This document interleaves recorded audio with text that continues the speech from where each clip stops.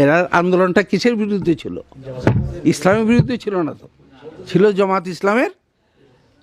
কাদের মোল্লারে শাস্তি নিয়ে তারা কি হলো, আন্দোলনটা শরিক হলো। আর আপনাদেরকে বললাম যে জামাত ইসলামী আবুল আলা মওদুদীকে তৈরি করছিল কে? ইংরেজে। এর মতন ইসলামের ক্ষতি আর কারোর দ্বারা হয়নি। এর মতন জামাত ইসলামের মতন আমাদের স্বাধীনতার বিরোধিতা আর কারোর দ্বারা হয়নি।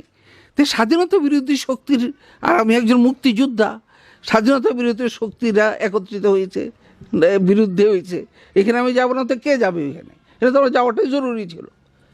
হ্যাঁ, এখন কথা হইল যে এই 6-7 লাখ লোক, এতে সবাইকে আপনি কি বললেন? আল্লাহর দুশমন বলে দিলেন। তার কি সবাই ব্লগার ছিল?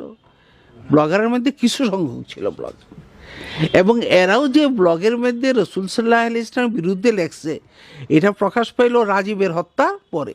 রাজীব হত্যার আগে তো প্রকাশ পায়নি। আর আমি গিয়েছি ওইখানে তৃতীয় দিনে, তখন তো তারা জানেও না এখানে ব্লগার আছে কি নাই। হ্যাঁ, আমার উপরে প্রশ্ন করতে পারতেন যদি আমি জানতাম যে এখানে রসুলের দুশমন আছে, এরপরে আমি গেছি, ইয়া তাদেরকে সমর্থন করছি। তাদেরকে তো সমর্থন করিনি, আমি তো সমর্থন করেছি পরিষ্কার জামাত ইসলামের বিরুদ্ধে যে তাদের এই যে যুদ্ধাপরাধীদের বিরুদ্ধে যে তাদের আন্দোলনটা, এটাকে আমি কী করছি? সমর্থন করছি। আর এই সমর্থন তো হযরত মদনী রহমতুল্লাহ আলাইহি করেছেন, সবাই করেছেন, আমাদের মুফতি নুরুল্লাহ সাহেবও করেছেন,